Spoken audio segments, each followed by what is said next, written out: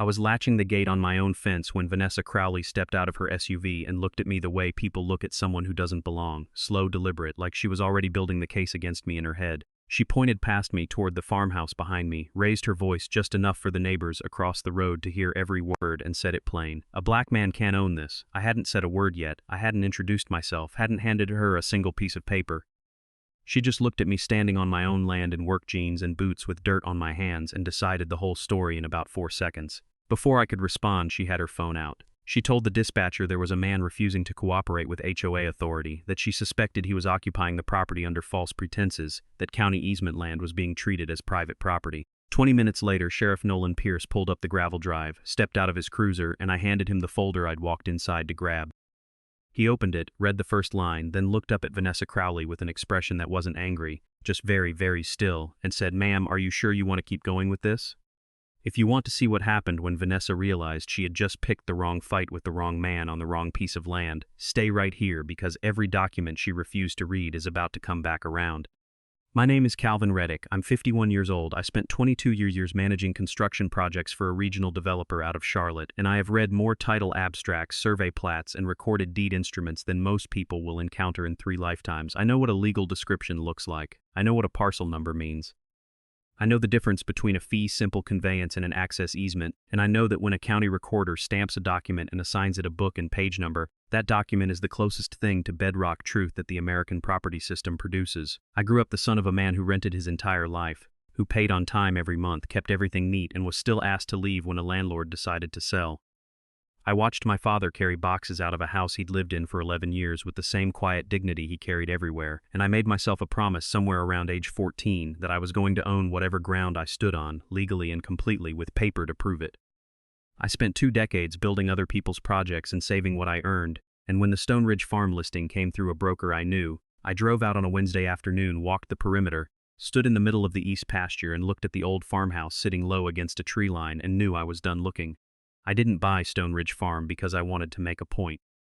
I bought it because the land was right, the price was fair, the old farmhouse had good bones, and 21 acres of mixed pasture and hardwood in the foothills of North Carolina felt like something I had been working toward my entire adult life. The property sat directly adjacent to a planned subdivision called Sans Passage, a neighborhood of newer homes, manicured lawns, and a homeowners association that had apparently been running things in that corner of the county for the better part of 15 years. Stone Ridge Farm predated Silver Pines by several decades. The farmhouse had been built in the 1950s by a man named Walter Keene, who worked the land, raised cattle on it, and when the subdivision went up around the edges of his property, politely declined every invitation to fold his farm into the HOA's jurisdiction. Walter Keene passed away without heirs. The property went through probate, and I purchased it from the estate 18 months before any of this started. The deed was recorded, the title was clear, the survey was on file at the county courthouse. I was the owner of record in full with no asterisks. I moved in without ceremony. I drove a pickup that had 140,000 miles on it. I wore the same jeans I wore on I started a perennial section of split rail fence along the south pasture that had rotted through. And that was exactly what I was doing, post driver in hand, working my way down the line when a silver SUV slowed on the road, pulled into my drive, and Vanessa Crowley got out. She was dressed like someone who chaired a lot of meetings, pressed blazer, clipboard, laminated badge. She walked toward me with the particular confidence of someone accustomed to being the most authoritative person in any outdoor space, and she spoke to me the way people speak to landscapers they've hired and aren't entirely happy with. She told me the fence replacement had not been approved by the HOA Architectural Committee. She said the posts were going to need to be a specific style and color, that there was a review process, and that I should stop what I was doing until the paperwork was submitted. I set down the post driver. I told her, as calmly as I knew how, that I didn't need HOA approval to replace fencing on my own land. She tilted her head, a small correction she seemed to feel, and asked me whom I owned this property, meaning who had hired me to do this work. When I told her that I was the owner of Stone Ridge Farm, something moved across her face. It wasn't confusion exactly. It was something more calculated than that. She looked at me from the boots up, and then she said it, "A black man can't own this." I didn't raise my voice. I didn't take a step toward her. I said, "County records disagree with you." She stood there for another moment, deciding something, then she walked back to her SUV, opened the door, paused with one hand on the roof, and looked back at me. "I'm going to find out exactly who you are," she said. She drove away. I went back to setting fence posts. 3 days later, I found a manila envelope in my mailbox, not a personal mailbox, my actual rural route box, with the Silver Pines HOA return address in the corner. I opened it at the kitchen table with a cup of coffee and read through 5 separate violation notices. The first cited the fence replacement as an unapproved architectural modification. The The second cited my pickup truck, which I had parked in the gravel area beside the barn, apparently visible from the road, apparently a violation of a vehicle's storage provision. The third cited the color of the barn door, which had been painted the same red it had been painted since probably 1962, as incompatible with community aesthetic standards. The fourth cited grass height on the east edge of the property. The fifth was a dues invoice for the current HOA assessment period, listing me as a member in arrears. The total between fines and alleged unpaid dues came to approximately $1,850. I put the papers down and went to my filing cabinet. I pulled out the full closing package from the Stone Ridge farm purchase, deed, survey, title insurance commitment, title report, settlement statement, the works, and I read through the legal description of my parcel again. Then I read through the recorded declaration of covenants, conditions, and restrictions for Silver Pines HOA, specifically the exhibit that listed the parcels subject to HOA governance. Stone Ridge Farm was not on that list. It had never been on that list. The recorded Silver Pines CC&Rs had been adopted when the subdivision was platted, and the Keene farm parcel had been explicitly excluded from the development's governed area at that time. Walter Keene had made sure of that. I made photocopies of the relevant pages and mailed them to the address on the HOA letterhead with a cover letter explaining that my parcel was not subject to Silver Pines jurisdiction, that I had no membership obligation, and that the fines were without legal basis. I received a reply 4 days later. It did not address a single point I had raised. It said, "People who live next to Silver Pines follow Silver Pines standards." I read that sentence twice, then I understood what was actually happening. This was never about the fence, it was never about the truck or the barn door or the grass. Vanessa Crowley wanted me to accept that her authority extended over me, and she was going to keep inventing reasons until I either paid or gave up or left. I opened a new folder on my desktop and started saving everything, every email, every photograph, every postmarked envelope. I was going to need all of it. The following morning I walked outside to find a red placard staked into the ground at the edge of my driveway about 40 feet inside my property line. It read, HOA violation, ogre non-compliant. Bold red letters printed on waterproof stock affixed to a metal stake someone had driven into my soil. The placement wasn't an accident. Whoever put it there hadn't stood at the edge of the road and reached across. They had walked onto my land to do it. I decided the right move was to show up at the next HOA meeting. Not to argue, not to make a scene, but to formally request that Silver Pines cease sending violation notices to a property out its jurisdiction and to retrieve their sign from my land. The meeting was held in the common room of the Silver Pines clubhouse on a Tuesday evening. I arrived 5 minutes before it started, took a seat in the back row, and waited. When Vanessa Crowley called the meeting to order, she ran through committee reports and budget updates with the practiced efficiency of someone who had been doing this a long time and enjoyed every minute of it. When she reached the point in the agenda where guests could address the board, I stood up and stated my name and my property address. Vanessa Crowley looked at me over the edge of her reading glasses and said, loudly enough that the 24 or so residents in the room could hear, "You are not a member of this association, so you don't have the right to speak here tonight." I said, "Then why are you fining me like I am?" The room went quiet in a specific way, not the quiet of discomfort, but the quiet of people suddenly paying very close attention. I could see it on their faces. The question landed somewhere logical, and nobody had an immediate answer for it. A woman near the front of the board table, I would later learn her name was Elaine Whitcomb, and she had been on the HOA board for 3 years, straightened slightly in her chair and glanced sideways at Vanessa. I pulled out the photocopied deed and placed it on the table in front of the nearest board member. Vanessa Crowley picked it up, looked at it for approximately 4 seconds, and set it back down. She said, addressing the room rather than me, that the document appeared to be something that could easily have been downloaded from the internet and modified, and that she had no way to verify authenticity on the spot. She added, in a tone that was designed to be heard as reasonable concern rather than accusation, that for all anyone knew I might simply be a property manager or caretaker acting on behalf of some unnamed investor.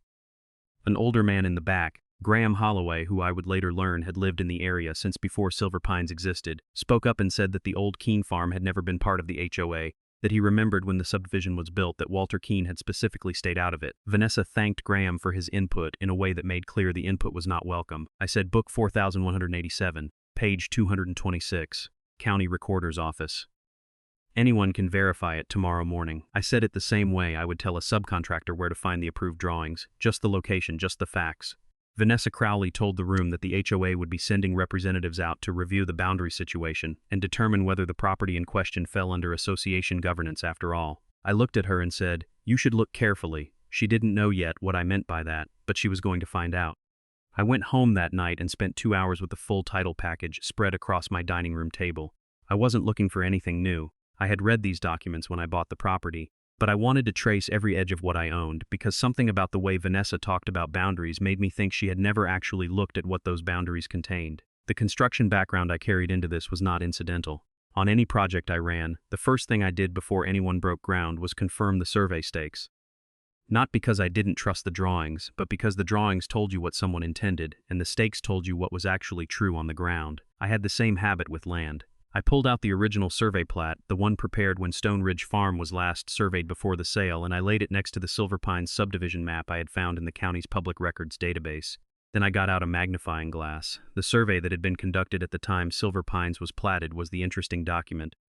Stone Ridge Farm was entirely outside the subdivision, that much was obvious and confirmed, but the survey also showed something that wasn't obvious until you looked at the access point where County Road met subdivision entrance.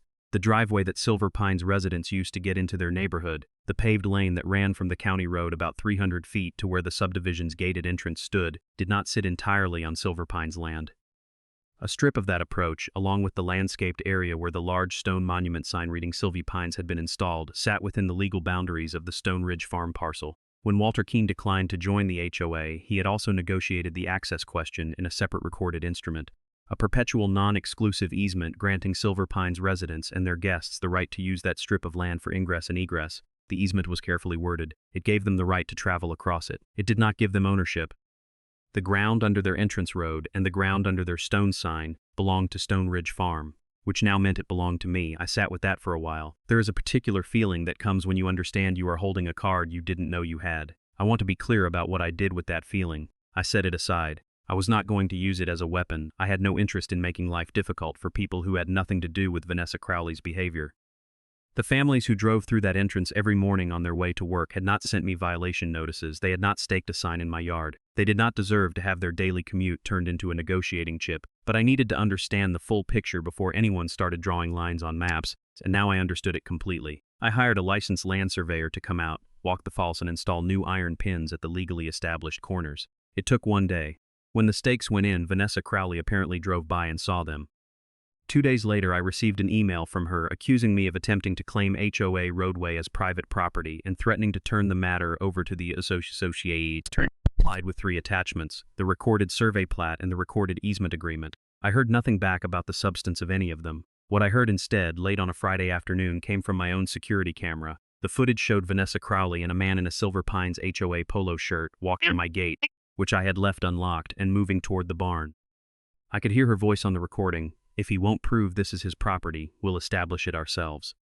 I walked outside and told them both to leave. I kept my voice level. I said they were on private property without permission and they needed to go. Vanessa Crowley did not move. She told me she was acting under HOA authority to inspect a property in dispute. I told her again that my property was not in dispute and was not subject to HOA authority. The man with her said nothing, just looked at his shoes. Vanessa told me that until the boundary question was resolved to the HOA's satisfaction, she had every right to be here. I told her she did not and that I was asking her to leave for the second time. She got her phone out. She called the county sheriff's non-emergency line. I heard her describe the situation to the dispatcher, a man at the property who was claiming ownership and refusing to cooperate with the homeowners association, a potential property dispute involving possible fraud. Could someone come out to help sort things out? When she hung up, she looked at me with an expression that said she believed she had just made the decisive move. I walked into the house. I took out my driver's license. I took out the original closing folder. I took out the certified copy of the deed that I had ordered from the recorder's office 3 weeks earlier, specifically because I had anticipated needing it. I took out the survey. I took out the title insurance certificate. I walked back outside and stood on my porch and waited. Sheriff Nolan Pierce arrived in about 18 minutes, a deputy following in a second car. Pierce was mid-50s, broad-shouldered, methodical, the kind of officer who looked like he had seen most of what people do to each other and wasn't easily worked up about any of it. Vanessa moved toward him before he was fully out of the vehicle. She told him that the man standing on the porch, meaning me, was occupying a property he could not prove he owned, that he had been defying HOA authority for weeks, that there were questions about whether his paperwork was legitimate, that she had reason to believe the deed might have been fabricated or altered. I stood on the porch and let her finish. Pierce listened, then turned to look at me. He said, "Sir, do you have documentation for this property?" I walked down and handed him the folder. Vanessa said, "I already told him. Someone like him doesn't just show up and own something like this." Pierce stopped turning pages. He didn't say anything for a moment. The air was different after that sentence. Even the deputy looked up. Pierce looked at Vanessa. He looked at me. Then he kept reading. He found the parcel number on the deed. He keyed his radio and asked dispatch to run the parcel against county ownership records. Vanessa stood with her arms crossed and the expression of a person who is certain she has already won. I stood with my hands in my pockets and watched Pierce wait for the response. The radio crackled. Dispatch read back the record. Owner of record, Calvin James Reddick. Deed recorded at book 4187, page 226. Parcel number confirmed. Legal description consistent with survey on file. Pierce looked at the document in his hand. He looked at the parcel number. He looked at Vanessa Crowley. He asked her, "What's the basis for your belief that this gentleman is trespassing?" Vanessa said that the HOA governed the area and that she had not received proper documentation confirming the ownership. Pierce said, "Ma'am, this parcel is not inside the Silver Pines subdivision." He was looking at the survey. He turned it toward her and pointed at the line. She said the HOA covenant still applied to adjacent properties. I opened my folder and pulled out the recorded CC&R declaration. I turned to Exhibit B, the page that listed every parcel subject to Silver Pines governance, and I set it on the hood of Pierce's cruiser. Stone Ridge Farm was not listed, not a partial inclusion, not a footnote, not there at all. Vanessa looked at the page. She shifted her argument. She said the easement gave HOA the right to manage the area. I pulled out the easement agreement and placed it beside the deed. Pierce read it. It took him about 90 seconds. He said, "This easement gives Silver Pines the right of access across this land. It doesn't give them governance authority over it." Then he looked at where the easement strip ran on the survey, and something settled in his expression, a small recalibration, the look of a man understanding something new about the geography of the situation. Graham Holloway had walked over from across the road at some point during all of this and was standing at the edge of the drive, watching. Vanessa turned away from the documents and told Pierce that the deed could still be fraudulent, that the county could have made an error, that someone with resources could fake a title history. Pierce said, "Ma'am, this is a certified document from the county recorder's office. That's a raised seal. That's their certification." He paused. "If you believe the county recorded a fraudulent deed, you can file a complaint with the recorder's office. That's not a matter for me to adjudicate on a driveway." Vanessa said something about the HOA having an obligation to protect its residents' property values, that she was simply doing her job, that she had been doing this for 15 years and she knew what belonged to Silver Pines and what didn't. There was a long pause. Pierce let the silence do what it needed to do. Then he said, "Mr. Reddick, do you want these individuals to leave your property?" I said yes. He turned to Vanessa. He said, "Ma'am, the owner of record is asking you to leave his property. I need you to do that." Vanessa looked at me, really looked at me, maybe for the first time without already having her conclusion, and for one moment the certainty she had been carrying since the first day she drove up this driveway was simply gone. She took a step backward, then another. The man in the polo shirt had already reached the gate. She walked back to her SUV slowly, like someone who hasn't decided yet whether retreating counts as retreat. Before she got in, Pierce said, "Ma'am, do you still want to file a report stating that Mr. Reddick is trespassing on property recorded in his name?" She stood there with her hand on the door. She did not answer. She got in and drove away. Graham Holloway let out a long breath from across the drive. Pierce handed me back my folder, every document in the same order I had given it to him. He said, "You keep this somewhere safe." I said I had copies. He nodded and got in his cruiser and left. I spent the weekend making sure my documentation was complete. I wasn't finished. I knew Vanessa wasn't finished either. People who have built their sense of authority over 15 years don't walk away from a driveway encounter and simply revise their worldview. But the shape of what needed to happen next was clear to me, and it required a different kind of precision than anything I had done so far. On Monday morning, I called an attorney, a real estate and property rights attorney in the county seat named Marcus Thorne, who had been recommended to me by someone I'd worked with in the construction industry. I walked him through everything. The violation notices, the dues invoices, the sign staked in my yard, the board meeting where Vanessa had questioned the authenticity of my deed in front of residents, the Friday afternoon incident where she and a HOA staff member entered my property without permission, and the call to the sheriff framing me as someone potentially defrauding the county's property records. Thorne listened without interrupting. When I finished, he was quiet for a moment and then said, "She handed us the timeline herself." He drafted a formal letter to the Silver Pines HOA Board of Directors, not to Vanessa Crowley personally, but to the board as a legal entity. The letter laid out the documented facts. Stone Ridge Farm was not within the HOA's governed territory. All fines and dues demands were without legal basis. The placement of a violation sign on my property constituted trespass, and the unauthorized entry by HOA representatives constituted a second trespass. The letter demanded immediate cessation of all fines and notices, formal written retraction of any claim that Stone Ridge Farm was subject to Silver Pine governance, a written commitment that no HOA personnel would enter my property without prior consent, and preservation of all internal HOA communications, invoices, and minutes related to Calvin Reddick and Stone Ridge Farm. The letter was sent certified mail with return receipt. Meanwhile, Elaine Whitcomb, the board member who had been watching closely at the meeting 2 weeks before, had started doing something on her own.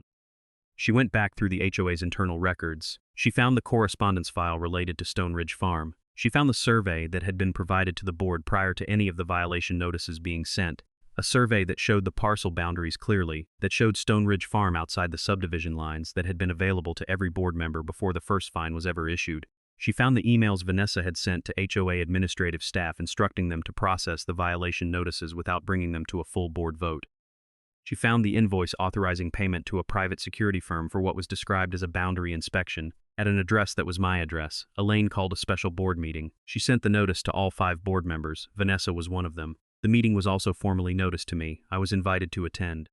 I arrived at the Silver Pines clubhouse for the second time, and the room felt nothing like the first. The same folding chairs, the same fluorescent lights, the same rectangular board table at the front, but the composition of the room had changed in a way I felt more than saw. Nobody was performing certainty anymore. Vanessa Crowley sat at the head of the table because that was where she always sat, but the authority she usually wore like a second blazer wasn't there.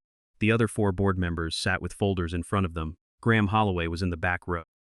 2 other residents I didn't recognize had come in and taken seats without talking to anyone. Elaine Whitcomb opened by stating the purpose of the meeting, to review the association's handling of matters related to the adjacent Stone Ridge farm parcel, and to determine whether the board's actions had been properly authorized and legally grounded. She placed a copy of the recorded survey in front of each board member. She placed a copy of the CC&R declaration, open to Exhibit B, beside the survey. Then she placed a printout of the internal email chain in which Vanessa had instructed staff to process my violations. Then she asked, addressing the table rather than any one person, "Can someone explain to me why these violation notices were sent before the survey was reviewed by the full board?" Vanessa said that she had reviewed the survey herself and made a judgment call. She said the HOA had a responsibility to enforce community standards and that waiting for a full board review on every enforcement action would paralyze the association. She said she had been doing this work for 15 years and had a track record of protecting Silver Pines property values, and that the situation with the adjacent farm, she still would not say Stone Ridge Farm or say my name, had required immediate action. Elaine said, "The survey shows his parcel is outside our jurisdiction. You had that survey before you sent the first fine." Vanessa said the survey required professional interpretation. She said boundary questions were complex. She said she had been acting in good faith to protect the community. I sat in the second row and did not say anything yet. I waited until Vanessa had finished laying out her version of events. Then I asked if I could speak. Elaine said yes.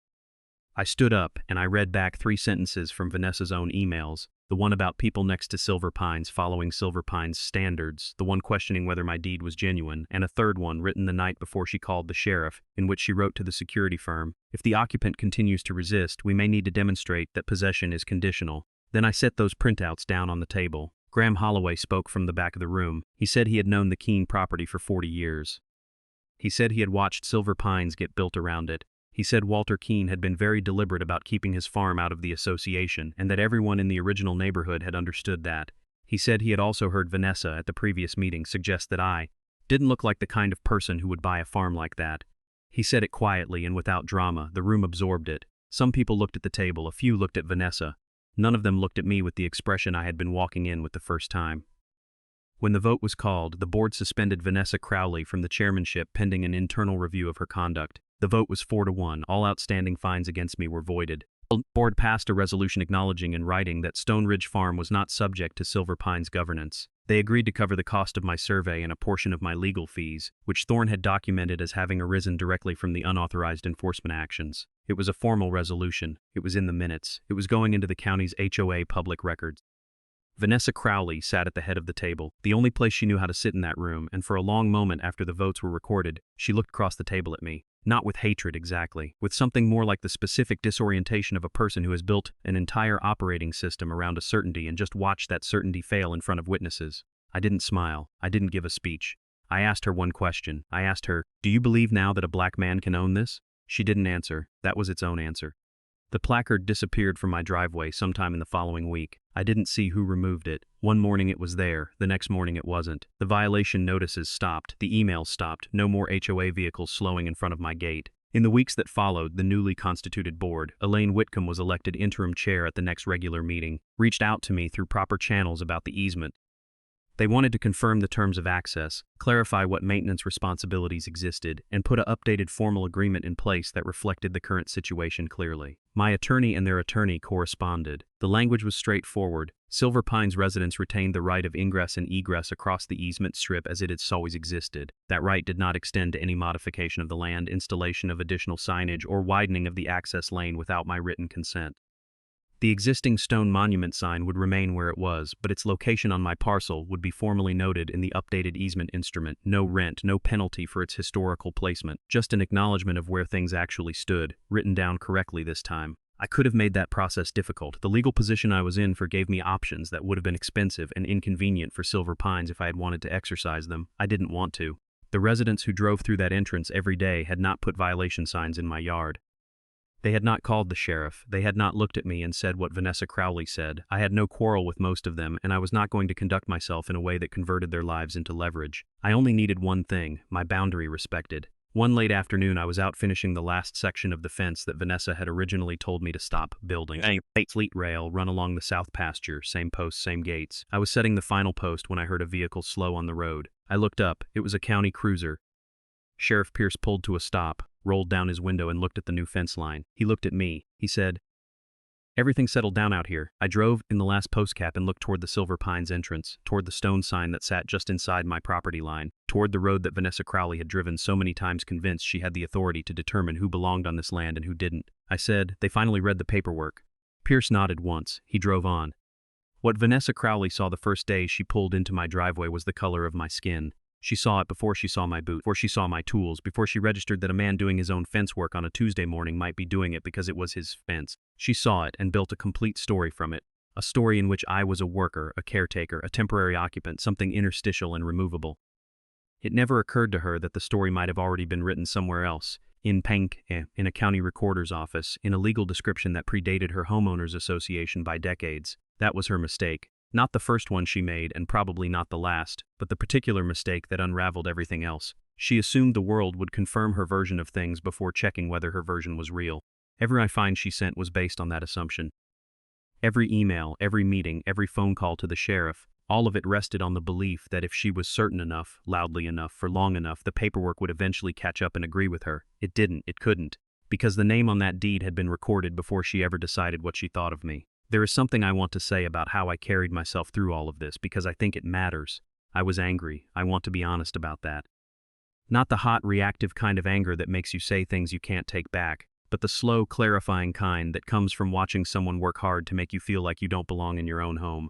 I felt it when I read the first violation notice. I felt it when Vanessa dismissed my deed in front of a room full of people. I felt it when I watched the security footage of her walking through my gate like she owned the place. But I had learned something over 22 years of managing construction projects, dealing with inspectors and engineers and contractors who were sometimes wrong but always. The person who keeps the clearest records and stays the coolest under pressure almost always wins. Not because the system is fair. The system is not always fair, but because documentation is a language that does not change based on who is speaking it, and I had always known how to speak it. I kept the folder. I kept the emails. I kept the photographs. I kept every certified envelope. I did not throw anything away. And when the moment came to hand it all to someone who would actually read it, I was ready. Calvin James Reddick, owner of record. Book 4187, page 226. That was the whole argument. That was always the whole argument. I just needed one person to open the right page and read the first line. And when Sheriff Nolan Pierce did exactly that, standing in my driveway with my folder in his hands and Vanessa Crowley 3 feet away, still absolutely sure she had already won, that was the moment her version of things stopped having any power at all. Not because I raised my voice. Not because I demanded an apology, not because I told her what she was or what she had done, simply because the record existed, because I had kept every piece of it, and because the truth in this particular case was written down in a place where even Vanessa Crowley could not revise it. My father carried boxes out of a house he'd rented for 11 years with his head up and his dignity intact, and I thought about him the afternoon I finished setting that last fence post. I thought about the promise I had made myself at 14. I looked at 21 acres of North Carolina land with my name on the deed, and I thought, this is what the promise was for. Not to prove anything to Vanessa Crowley, to prove it to myself. The fence looked good. I went inside.